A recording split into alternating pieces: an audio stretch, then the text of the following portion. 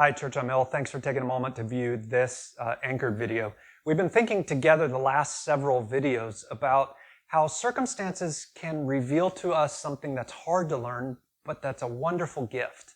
And that is that sometimes there's a gap between our experience of God and really our understanding of Him from His Word. And so when crises come, it's easy to sort of put the lens of the crisis on and look at God through that lens in such a way that we have a distorted perspective on who He is. And so we've been considering some of God's attributes in order that we would be anchored in the truth of who He really is. And in this short video, I want to think with you about the wisdom of God. The book of Job tells us in Job chapter 12, verse 13, "With God are wisdom and might. He has counsel and understanding." Brothers and sisters, God is infinitely insightful. He has all knowledge and skill. He knows everything.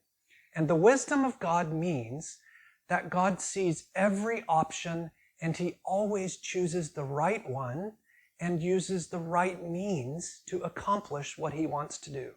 That's the wisdom of God. Our circumstances in some ways would cause us right now to be thinking, I don't feel like God knows what He's doing.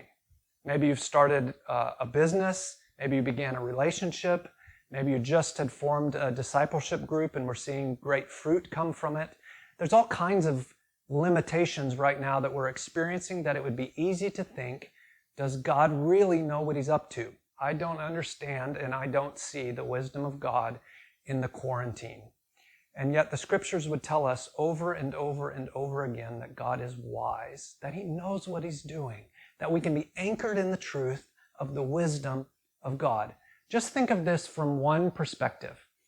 Think about the fact that Paul was the greatest missionary probably who's ever existed. Everywhere he went, there seemed to be tremendous fruit.